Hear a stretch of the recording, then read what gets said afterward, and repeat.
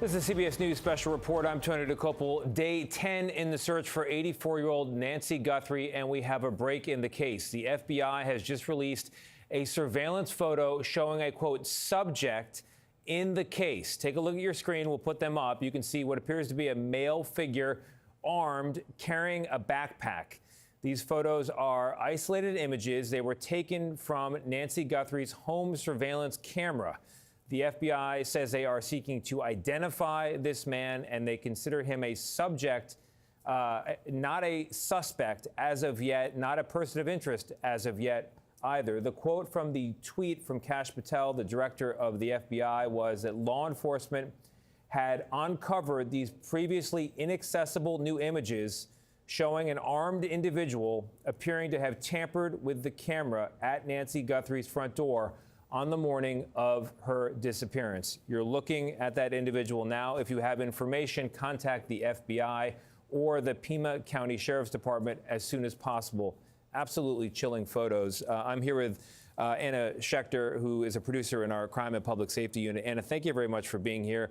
You're processing these images in real time, as I am. What stands out to you? Well, the fact that he's wearing a mask, covering his hands, so he was ready. He did not want to leave DNA. He did not want his face recognizable. So speaks to that. Also, I find it interesting, we're 10 days out, and we know that technology companies were working with law enforcement. So it took them this long to obtain this image because an initial search of the surveillance camera footage did not yield an image like this. Why do they call this individual a subject and not a suspect? Because the general public is going to see this and say, what kind of person in that kind of outfit comes to someone's door at that hour of the night? That's a good question, but typically before they have more information, they're going to call him a subject. They're going to say, we want to talk to him. Then once they talk to him, they get more evidence together. At that point, it turns into person of interest, and then suspect. That's the rung above that. And then at this point, as the public takes in these images and begins to ask themselves, do I recognize this person? Do I recognize the clothes, the hat, the gloves, any identifying detail?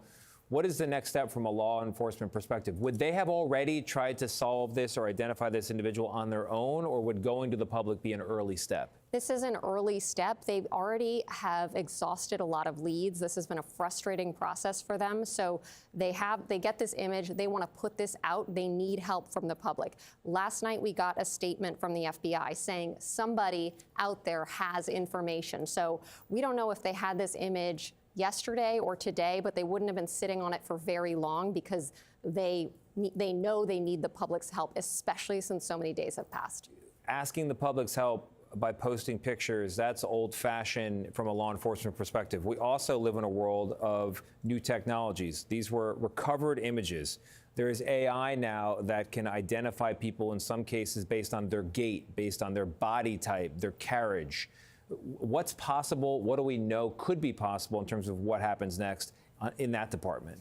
Well, it's a great question because you can't see his face, but you can see his body build in one of those images where it's a bit of a wider shot. And so people are going to be on the lookout for that. You also see the specific type of backpack. You see a specific type of zipper on the front of the jacket. All those little clues are going to help people be on the lookout or just go back and try to think back. Did they see anything suspicious Saturday night into Sunday into Monday? Yeah, and the gloves themselves, I don't know if they're rubber, if you can tell. While you're pondering that, I want to go to Jonathan Vigliotti, who's been on the ground there in Arizona and following this investigation.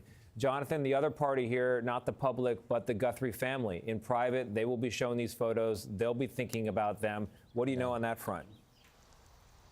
And that's exactly what I was thinking, Tony. As I look at these photos, they are simply haunting. You look at those gloves, they almost look like boxing gloves.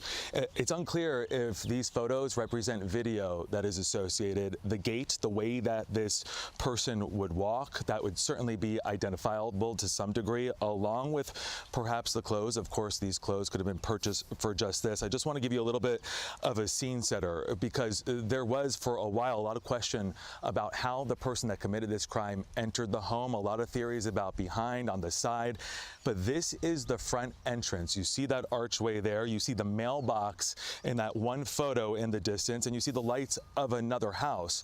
So this wasn't discreet, even though it was early in the morning.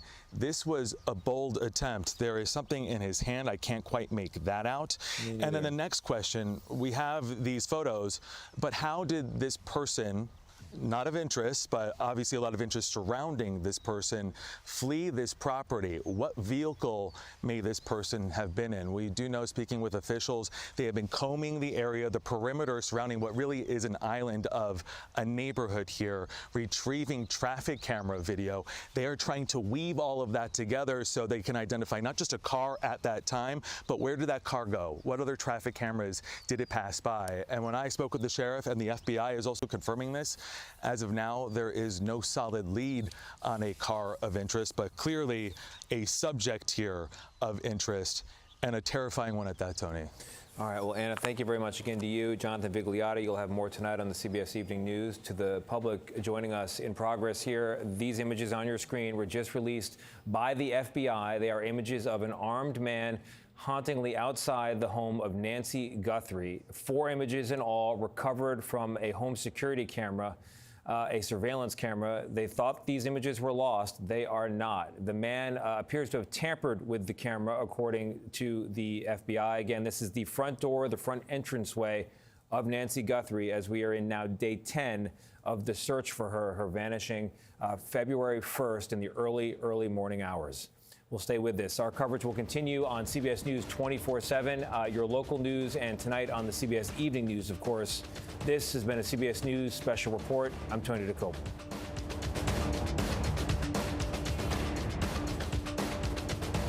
These new images released to CBS News by the FBI. Now, those are not only images, they are now for the first time video as well.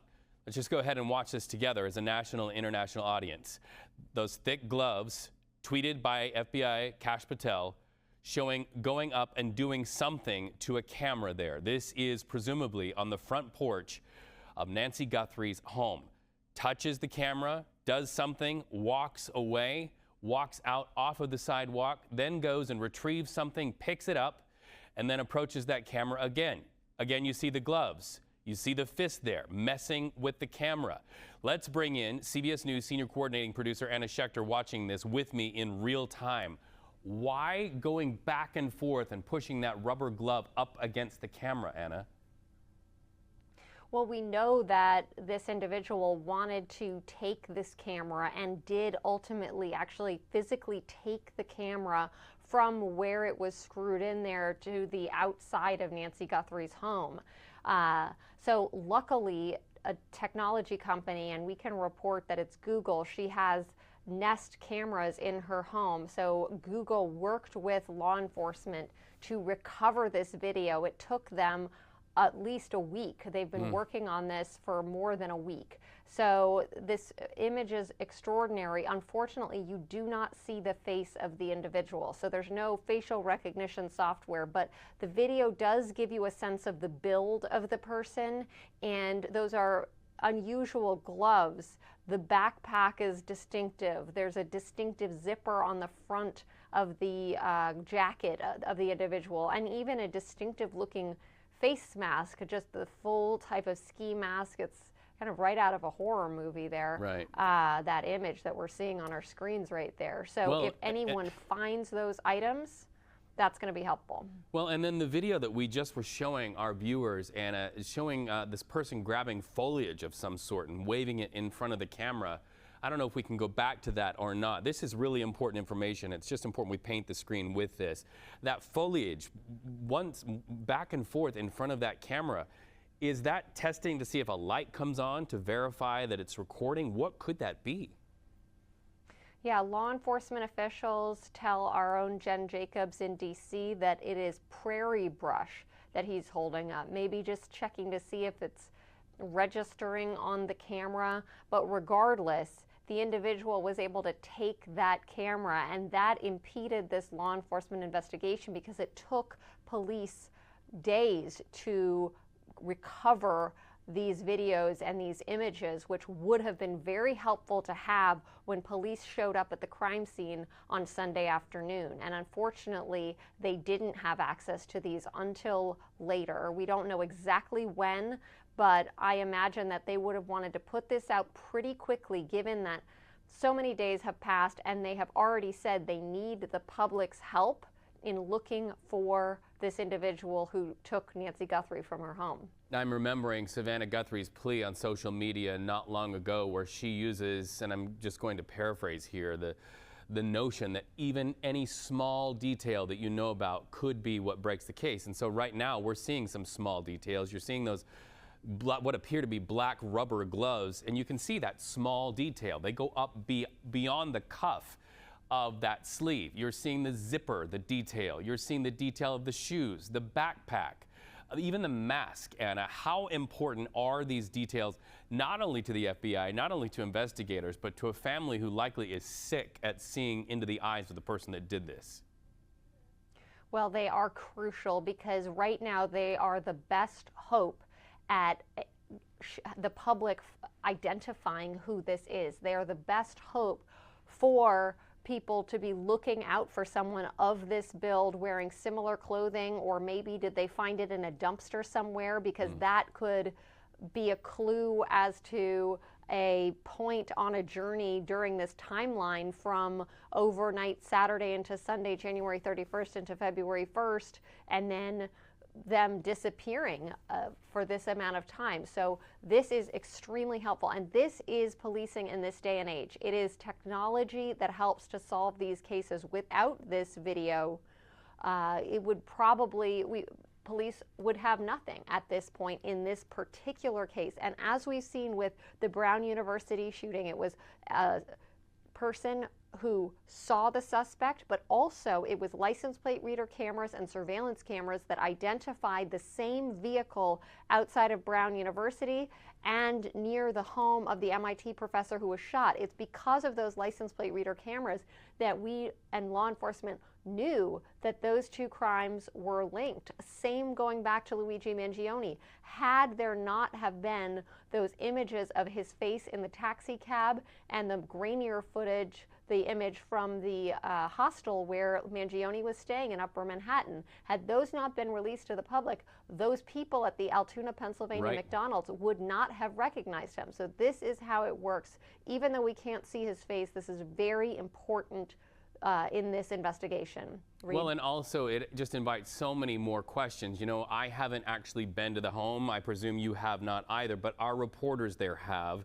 And so we have a general sense of the layout. And this is what we can assume is the front door to that home, where also the DNA analysis shows the blood that belongs to Nancy Guthrie was found there at that front door to the home.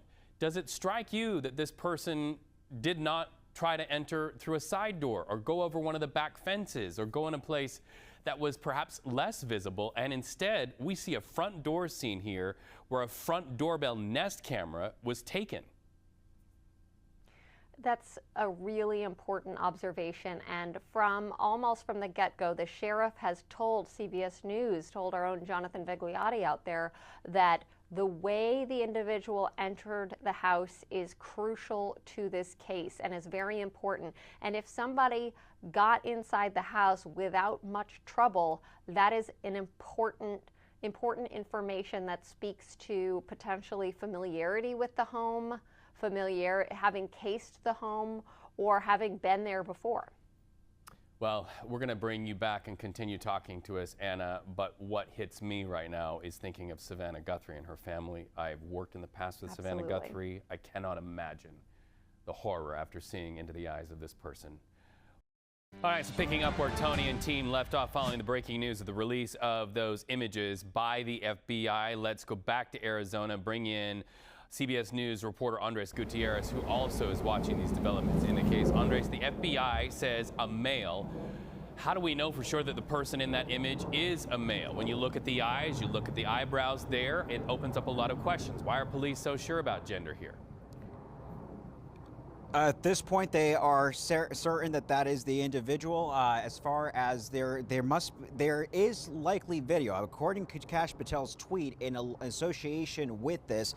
It seems like the video was recovered from data that was located on the back ends of the systems. Google confirmed that they had been working alongside law enforcement throughout this investigation, and so them just releasing still images makes us think that there is video associated. I mean, obviously, he says there is video associated with this, so likely there is more to know here that would let them believe that this is a male suspect. But as Jonathan was pointing out in that special report, there is that now this is a key moment in trying to piece together where this individual went, how did he get to that particular house, and in doing that, they're canvassing those area gas stations nearby to see if there was in fact any vehicles that may have been coming into that neighborhood, into Nancy's neighborhood, or exiting out shortly after the pacemaker was disconnected at around 2:27 in the morning there.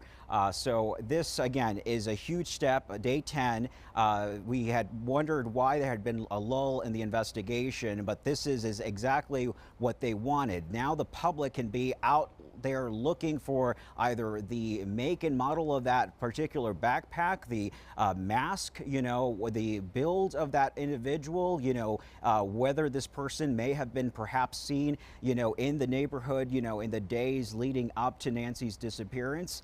So this is all, this is exactly what they needed to kind of guide the public in having them come forth with more information. Again, $50,000 being offered for any information leading to the capture of this individual, and obviously, hopefully, the safe return of Nancy, who's now gone without her medication for 10 days. She needed that, after for 24 hours.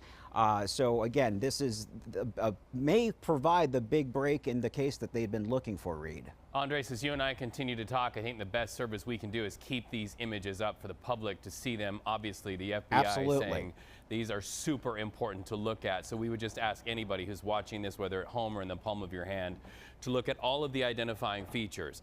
Police, the FBI, echoing what Savannah Guthrie said on social media recently. Call in any tip, even the smallest tip. So if you're watching this and you recognize even the smallest detail of the mask there, of the gloves there, other photos we can scroll through show the jacket, the type of jacket, and any other identifying features, the backpack, etc.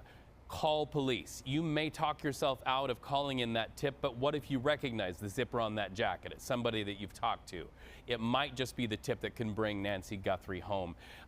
What we're seeing in these images, Andres, really speaks to me about premeditation there. To Jonathan Vigliotti's point during that special report, those gloves, this person went in having planned this and planned it well. They sure did. And Reed, also important to note that this camera got disconnected at 1:47 in the morning, and then 25 minutes later there was another motion within the house. Whether we don't know, they haven't indicated whether this was inside or outside the house, but there was some motion on the property there about 25 minutes later. So the question is whether this individual disconnected that camera, right? And then what did he do in that time? Was this just a test for law enforcement to see if they would respond? We know there must have been some type of struggle, at that front door because of the dried blood that we noticed there on the front steps that investigators did confirm through DNA testing. In fact, the forensics team out here at the Pima County Sheriff's were able to recover that blood, sent it off to the state lab. That blood came back to it being belonging to Nancy. So we know some type of altercation ensued. We're thinking now, where does it fall in the timeline? Did he do this as a test in smashing that camera? Because it looks like he's going there to kind of smash and rip it out of the bracket that still is on the door frame itself there at the home. And then, or did he, or did Nancy answer the door? Did she hear what was going on outside, and did that wake her up and come to the door? They've also noted how, again, she had limited mobility, couldn't get more than 50 yards without, without any, she needed assistance. And so, again, it is terrifying to think that this person, in the middle of the night, came into this, onto her property. and ended up taking her away, and now obviously has her. We are all hoping, for her safe return. But again, it's been more than a week where she has gone without her medication, Breed. All right, so we will continue to put these images out. Of course, the Guthrie family and the FBI hoping that you do the same. Once again, any little detail here could be that detail that could bring Nancy Guthrie home. Andres Gutierrez chasing these late-breaking developments from Arizona. Thank you so much. We expect to talk to you much more throughout the day. All right, let's go deeper. Rodney Harrison, CBS News law enforcement contributor. You've had a chance to see these late-breaking photos. They're pretty damn chilling when you think that Savannah Guthrie and her family had to see this, the eyes of the person that took their mother. How do you read what you're seeing so far? Well, now we have a little bit more confirmation exactly what happened here, that this is definitely now a kidnapping and there is an individual involved. And the most important thing is people don't need to necessarily take a look at the face, but take a look at the clothing and the attire Right. and the zipper.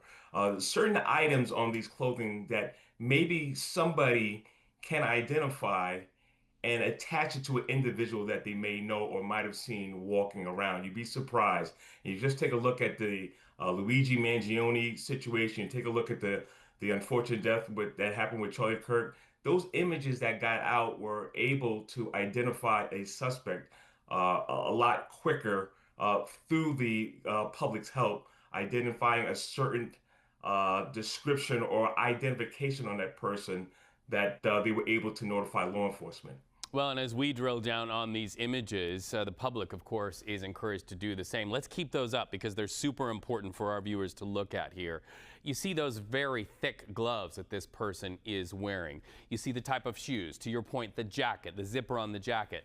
What's the process for investigators not only looking for somebody who might have clues attached to those features, but also they can now zero in on where a jacket like this was purchased or marketed, or where gloves that appear very thick, they appear to be almost industrial. They appear to go up beyond the hemline of that jacket. What do you look at as far as those details and where they are sourced from to sort of drill down on where a person could have sourced these things that they're now wearing? So that's a great question, and the answer there is this: I don't know how many stores in that community, Tucson, Arizona, that sell those types of gloves. Maybe that type of heavy type of jacket with that type of zipper. But I want to believe that the investigators will now start taking a look at any type of location that may sell gloves or jackets or anything else that even the ski mask in that vicinity, and hopefully take a look at some surveillance cameras that could possibly identify a subject that might have walked in and purchased those items. As we look at these images scrolling on the screen, you are able to deduce just from looking at that image a little bit of a story or a profile of that person. Do that with us in real time, if you will, here on CBS News 24/7. What story emerges when you look at these images to you? To be honest with you, this was planned out. This wasn't a random situation. This individual knew what they were doing. They knew that there was some type of camera on the door. Did they do a surveillance before they went there, or were they given the information prior to going there, knowing that, listen, you got to wear a ski mask? Hey, there's going to be a camera on the door. This individual had information which led him to cover himself up, or him or her, depending on who the perpetrator may be. But there's certain things that show that this was not just a random attack. This is somebody that had it planned out, went after the camera, have themselves covered up, had on gloves so they don't leave prints. This is well planned out situation of a crime that hopefully that the investigators get down to the bottom of it. Pre-planning, strategy, very clear in what they're wearing, but also we know that investigative bodies and people who are the sharpest in these sort of situations also anticipate that there is a criminal mind somewhere out there holding Nancy Guthrie, who took her in the night.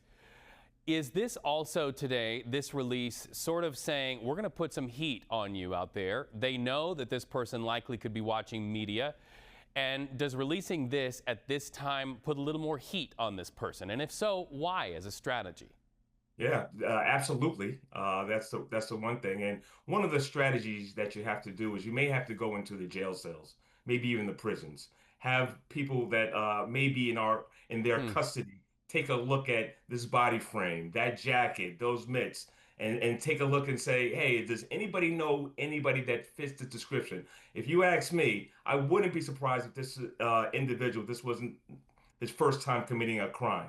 So, you got to take a look at people that may be involved in that criminal element, and maybe they can provide some information of who this individual might be. Another thing that occurs to me as we look at these images is the memory of the last time we heard a news conference from the Pima County Sheriff's Office. Asked over and over about surveillance video or surveillance photos, his answer was essentially, we've sent all that to a lab and we've heard it's a dead end.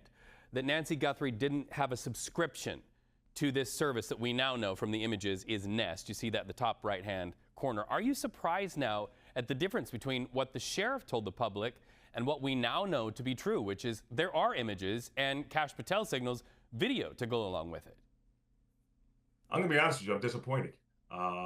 There seems to be a lack of communication with the Pima Sheriff's County Police Department and maybe the FBI. I don't know if they put together a task force or if they're working together in the same room. But the one thing that should not be happening is separate investigations and separate messages being sent out to the public. So as a law enforcement person with 30 years in this type of business, I don't see the same level of communication coming from the different agencies. All right, we appreciate the conversation. Stay right there because we anticipate we'll be wanting to talk to you throughout this hour. Authorities have released images and videos of a subject they want to identify in their search for missing 84-year-old Nancy Guthrie. Officials say these photos were taken from her home surveillance camera. Now, the person seen here is not considered a suspect or person of interest at this time. FBI Director Kash Patel says the person seen is armed and appears to be tampering with that camera on Nancy Guthrie's front door. We just saw this person bring some brush up to try and cover that camera. Now, CBS News has learned the FBI worked with Google to get the Nest video, which was recovered from residual data located in back-end systems. CBS News reporter Andres Gutierrez joins us now from Tucson. Andres, what can we glean from these photos, and are we hearing anything from Savannah? Well, Lindsay, this is what America needed. For the last few days, they were asking for tips in this case, but these images now provide something tangible for Americans to glean at and look, and hopefully they can notice either the clothing, the mask, the shoes, perhaps his gait, the way he walked up to that house and was wandering, ended up kind of walking around the front steps there. So now this is probably a lot of online sleuths trying to track down the type of clothing that he was wearing. Now, this all ends up tying into the timeline because around 1:47 that morning, that doorbell, presumably by this individual, ends up getting disconnected. About 20 minutes later, at 2:12, the software ends up detecting another individual there, a person on camera. Again, Nancy did not end up paying for that cloud service. However, eventually we're told by the Kash Patel, the FBI director, that, as you said off the top there, that they were able to get this from residual data located on back-end systems. So the engineers there at Google were able to somehow end up pulling and extracting the images that we're now seeing. The evidence recovered thus far is the blood that was on the front steps. So we don't know if there was some type of struggle that happened there at the front steps or if it happened indoors eventually before Nancy was taken out of that home.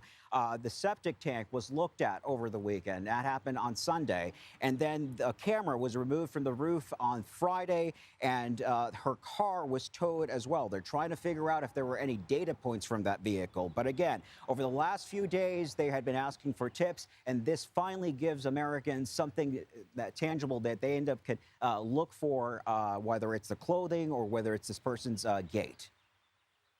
Okay, Andres, thank you. Let's go to the head of our crime and policing unit now, Anna Schechter. I mean, this is huge. Andres just said this is what America has been waiting for. Someone out there knows something. There's distinguishing enough characteristics from the backpack to the height that hopefully someone knows something. That's right. And maybe this person discarded the gloves, the mask, the backpack.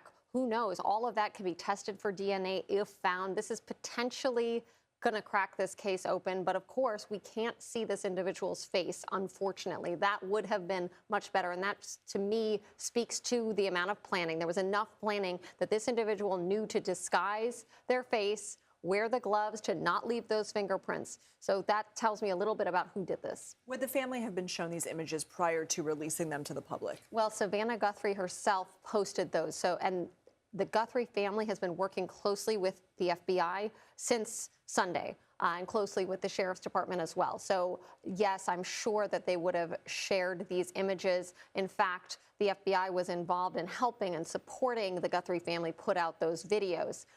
So there's been a lot of coordination between them. So in this instance as well. Okay, I'm going to do rapid fire with you because we only have a minute left. He appears to walk up calmly and then realize there's a camera there and grab that brush to try and cover. Does that suggest to you someone who's not familiar with the security of the home?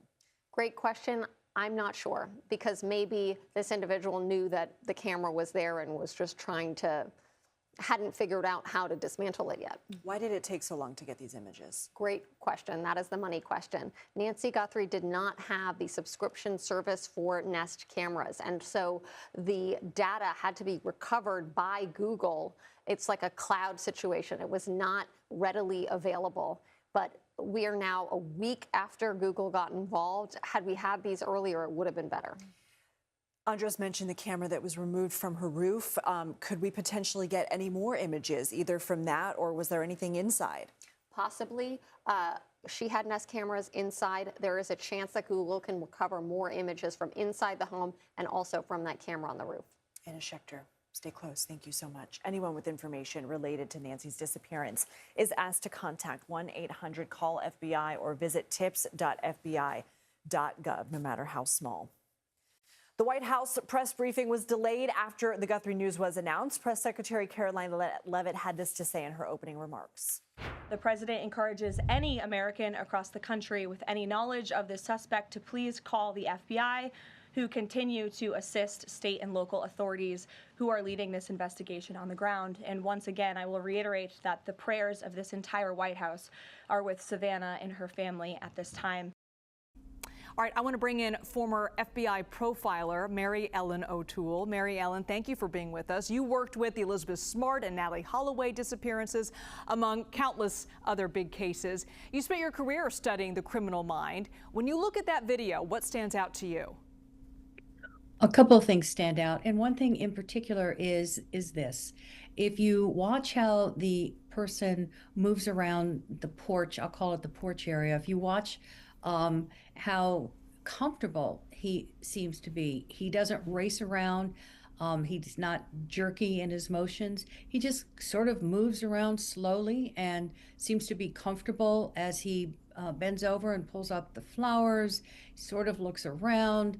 It doesn't seem concerned that he's just about ready to go into a house that where he's going to commit a kidnapping. And I think that that's really important behavior for us to underscore.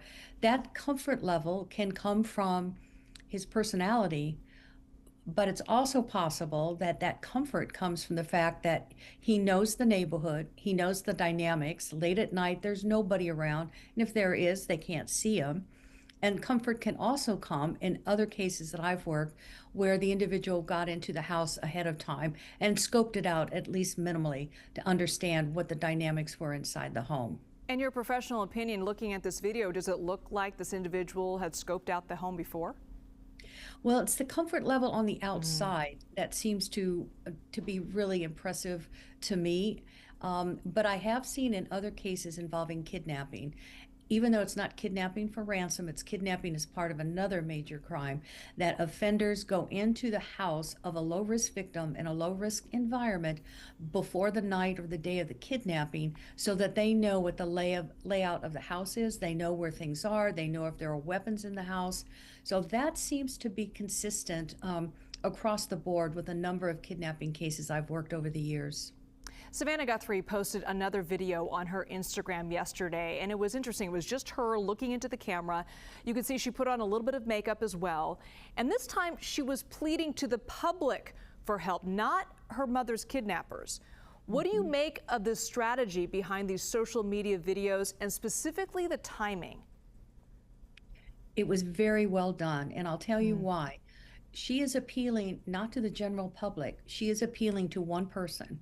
She is appealing to that one individual that has information about this offender that may be too frightened, maybe too intimidated to come forward, but knows or strongly suspects that their family member, their neighbor, their coworker is responsible. All it takes is one person to come forward and to say, here's why I suspect this is the person responsible. But that is a huge move forward for a lot of people. But it works. It can be very effective. On the Unabomber case, for example, he lived in the middle of nowhere in Lincoln, Montana, had no neighbors. But when his manifesto was published in the New York Times, his brother read it, and his brother came forward and said, I recognize the writing. So Savannah was appealing to one person to come forward. And now with the video, I think that's going to be even more helpful. I want to go over real quickly that video, if we can put it up again, just how distinctive certain things were, the choices that this individual made, from the backpack that they are wearing, from those gloves that look very cumbersome to use, to the positioning of the gun there in this holster that doesn't look like the appropriate holster for that specific gun, the reflective backpack. I mean, there were real things that stood out that it looks like this wasn't necessarily a professional. What was your opinion on that? My sense is that everything that that individual is wearing probably was hand selected by him for a purpose, even though you're right, the backpack seems shiny, as do the gloves. But each item was probably selected for a purpose. I also think that there's a possibility that what he did, this is really a special outfit. It didn't look like it's just put together with odds and ends, that it came together.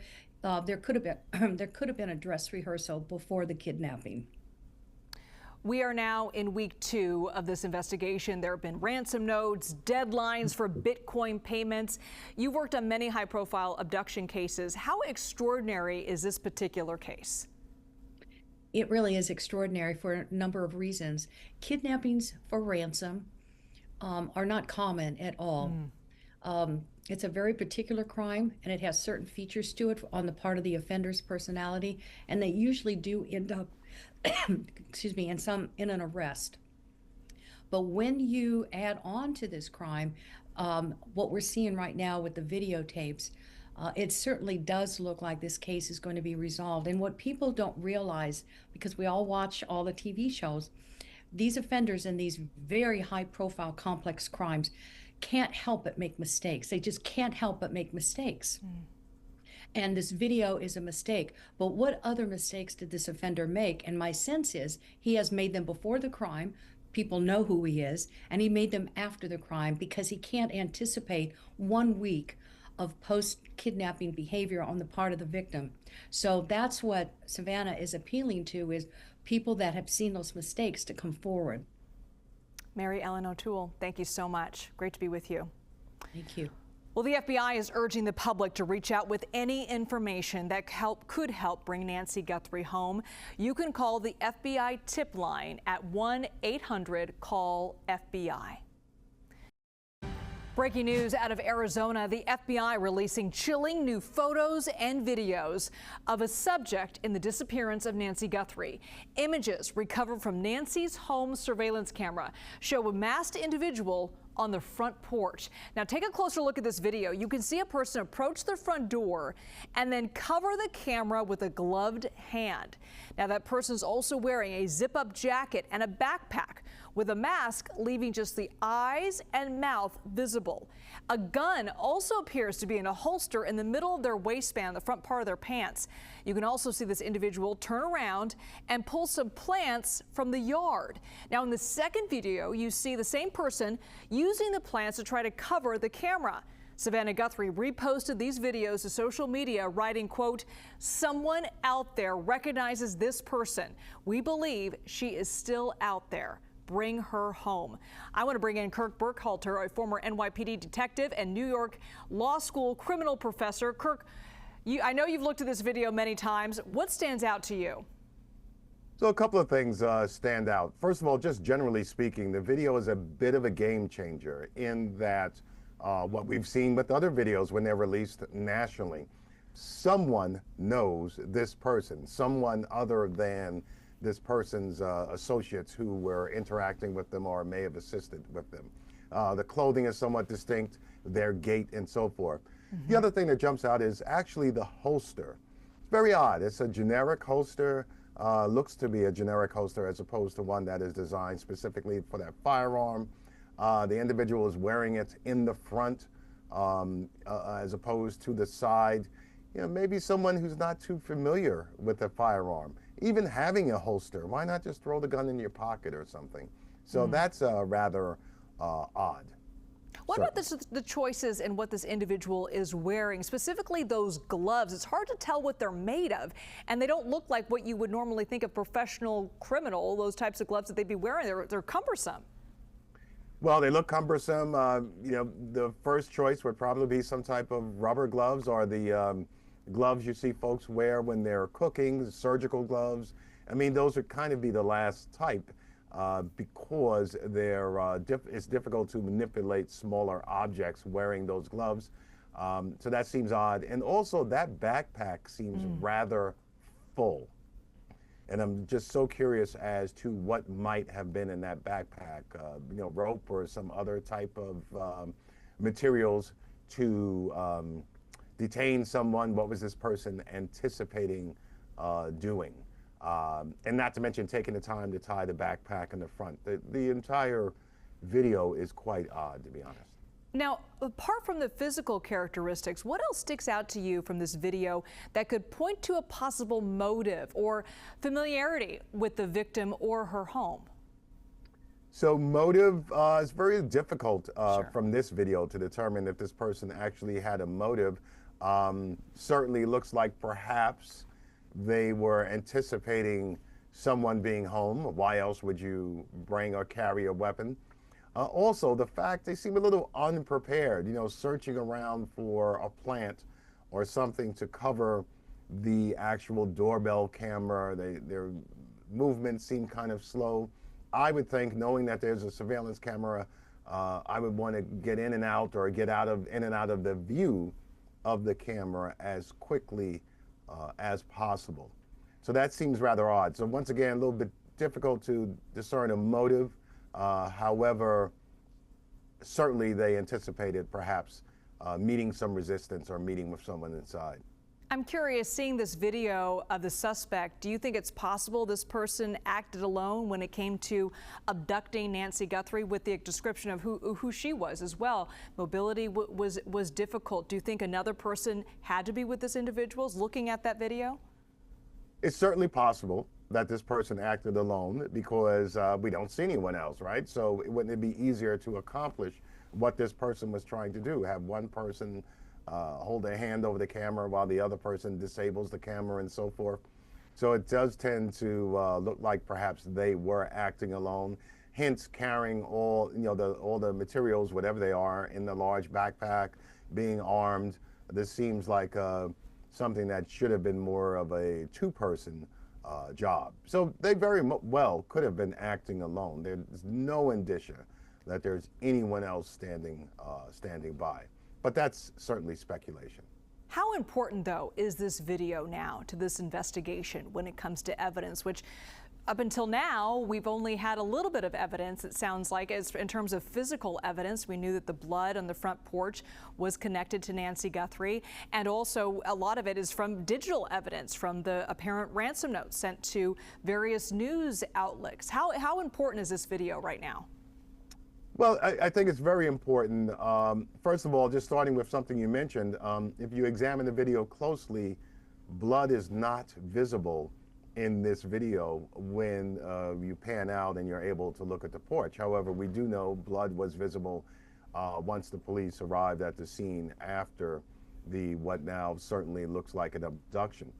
And further, it's important to the investigation because the person of interest now has a face, so to speak. In other words, we know they're not 7 feet tall, and we know they're not 4'11". So it narrows the field a bit. We know what they were wearing. If this clothing and the backpack and so forth were distinctive to a retailer in the area or distinctive to something that someone tends to wear, that's extremely helpful. And like I mentioned, someone out there knows this person. And someone out there is going to see this video and determine that, hey, this possibly looks like person X because they walk that way. They have that type of clothing.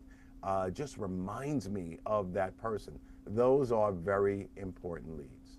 I'm looking at it a little bit closer at that screenshot of this individual's face, and you can see their eyes, and you can see there's something reflective in their mouth. It's unclear if they're holding some sort of light or a flashlight, but how clear are these photos to you when you see them and say, you know what, there's a lot of information in that photo? Well, he's wearing a mask, so it's only going to be but so clear. There appears to be facial hair around the mouth, and I'm very cautious when I say appears to be. If you do, at the point where there may be a suspect in custody, certainly the authorities are going to compare that person's actual photo or what they actually look like to this photo. So, you know, from my perspective, first and foremost, better than nothing. You might be able to narrow down, for instance, the race of this person. They tend to look like they have a lighter pigmentation than darker. That's huge. And we have millions of people in this country, so anything we can do to eliminate people is extremely helpful. You know, this reminds us often of a recent case that we were following very closely that had a similar timeline. We're now in the second week of Nancy Guthrie's disappearance. We harken back to the search for Luigi Mangione during that, and we remember it went days without a lot of evidence, and all of a sudden we saw this picture, this very distinctive picture of an individual with very distinctive eyebrows. Yes. And then the investigation sped up. Are you seeing similar patterns with this particular case? Certainly there are some similarities. I mean, if you recall, I believe it was a worker at McDonald's that said they recognized the eyebrows of this person. They were quite distinct. So there are certainly similarities in that this is the world we now live in, where digital images are captured quite often. You know, the first thing that many of us were saying was, wow, this poor woman lived in an area where there were not many cameras and so forth. Very difficult in this day and age to travel around without your image being captured digitally. And that really sped up that investigation. So the hope here is that would speed up the investigation here and enable the authorities to find Nancy Guthrie. I'm curious if you think, looking at that video too, the different choices or maybe even slight mistakes that this individual made, how that would lead authorities to believe that other mistakes have been made along the way. Oh, certainly. And, you know, from the beginning, well, I won't say from the beginning, but at some point over the course of the last week, I have felt that if I had to guess, this is someone who perhaps hasn't done this before, or they have not fully planned out what they were going to do here. There seems to be a lack of a complete plan of action. Who are you going to contact? When are you going to contact them? How are you going to contact them? How are they going to get you whatever it is you're asking for? What are you going to do with the person that you abduct? Where are you going to hold them? How are you going to gain access to the property? You know, you mentioned kind of like pros, and you know, but a person who has done this before would think these things out. And I think that this seems a little ad hoc in many different ways, as we see this person kind of fussing around in front of the camera. A really important part of this whole story, Kirk, has been the social media posts by both Savannah Guthrie and her two other siblings. And then last night, Savannah posting a video of just her pleading to the public for help. How important have those social media posts been to this investigation, do you think? Well, I think that it has kept this case active in the mind of the public. As soon as the Guthries posted the video of this doorbell cam, not that these folks are trying to be amateur sleuths or whatever the case, but you saw on X different comments. Hey, does anybody recognize the backpack, the reflective portions of the backpack, this or that or that. What about facial recognition software and so forth? So it just means that the public has been very active in thinking about this abduction and keeping this at the forefront of the news and the media so folks can think about it. Law enforcement operates best when they partner with civilians, when they partner with the public.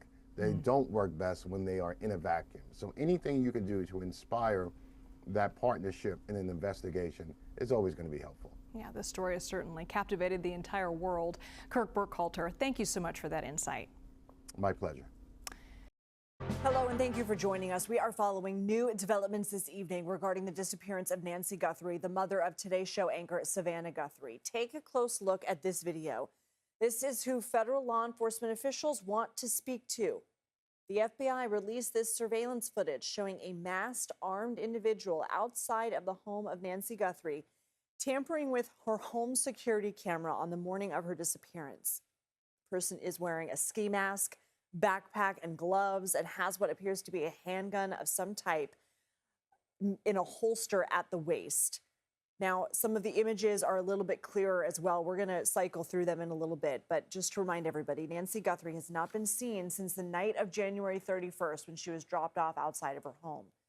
In a timeline given last week, police said that doorbell camera at her home disconnected at 1:47 in the morning the day she was taken, and software detected someone or something on a camera about 25 minutes later.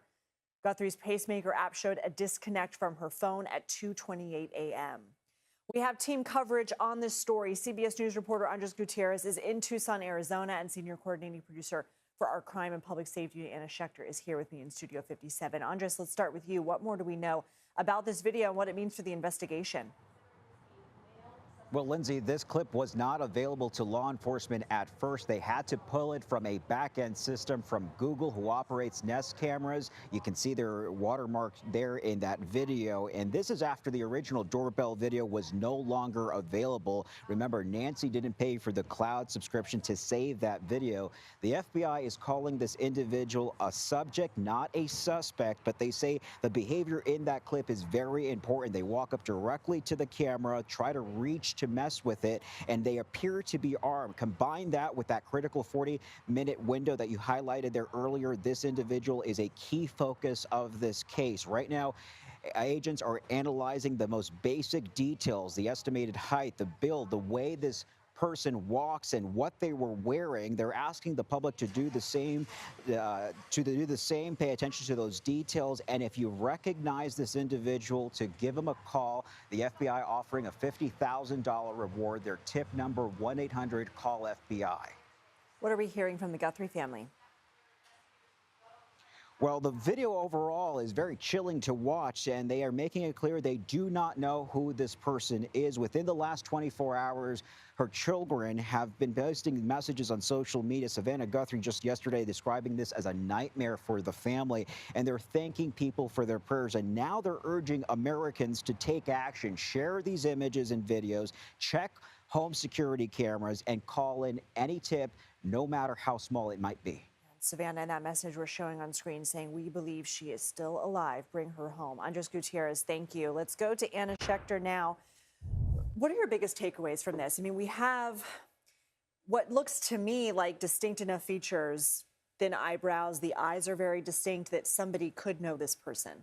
Well, but it's still challenging. I think someone who sees that coupled with the build and the gait, someone who's a family member who knows them well might recognize them. But it is a challenge that their face is covered for sure. That poses that challenge that you can't run it through facial recognition software. And it's also just hard for the public to see that face. That, you know, what really helped with the Luigi Mangione case is there was that very clear image of his eyes and eyebrows from the cab that was taken. It was a clearer image than that first image we got from the hostel. And I think that really helped those good Samaritans who saw him in that McDonald's and alerted police. Why did it take so long to get this footage? And also, why did it take a few hours to release? Because FBI Director Patel posted on X that they uncovered these images this morning. It's a great question. Andres alluded to this. We are a week after we know that Google was supporting law enforcement already. We spoke to Google last Wednesday, and they said we are supporting law enforcement. We can't talk more because of this ongoing investigation. We reached back out today, and they haven't responded. But they were already working on this probably Monday or Tuesday. It's a week. That's a really long time in with an investigation like this. This was a big challenge. Think about all the terabytes of data floating around. It was not saved in an easily accessible manner. And so it took this long. And it took several hours from this morning to this afternoon to put this out to the public because the FBI has to process it. They wanted to show it to the family first.